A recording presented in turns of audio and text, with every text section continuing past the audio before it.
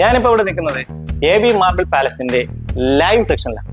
ഇതൊരു living room അല്ലെങ്കിൽ ബെഡ്റൂമാണ്.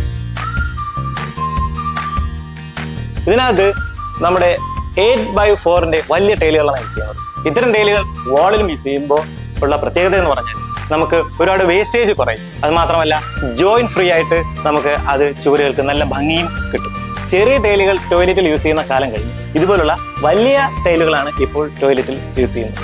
കാര്യം ഈ ജോയിന്റുകൾ അവോയ്ഡ് ചെയ്യാൻ നമുക്ക് കഴിയും. ഇപ്പോൾ AB മാർബിൾ പാലസിന്റെ ടൈൽ ഡിസ്പ്ലേ സെക്ഷനിലാണ് നിൽക്കുന്നത്.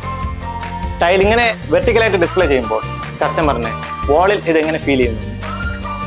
ഇനി ഹൊറിസോണ്ടലായി ഡിസ്പ്ലേ ചെയ്ത് നോക്കിയാൽ നമുക്കത് ഫ്ലോറിൽ എങ്ങനെ കസ്റ്റമറിന് ഫീൽ ചെയ്യുന്നു മനസ്സിലാക്കാം.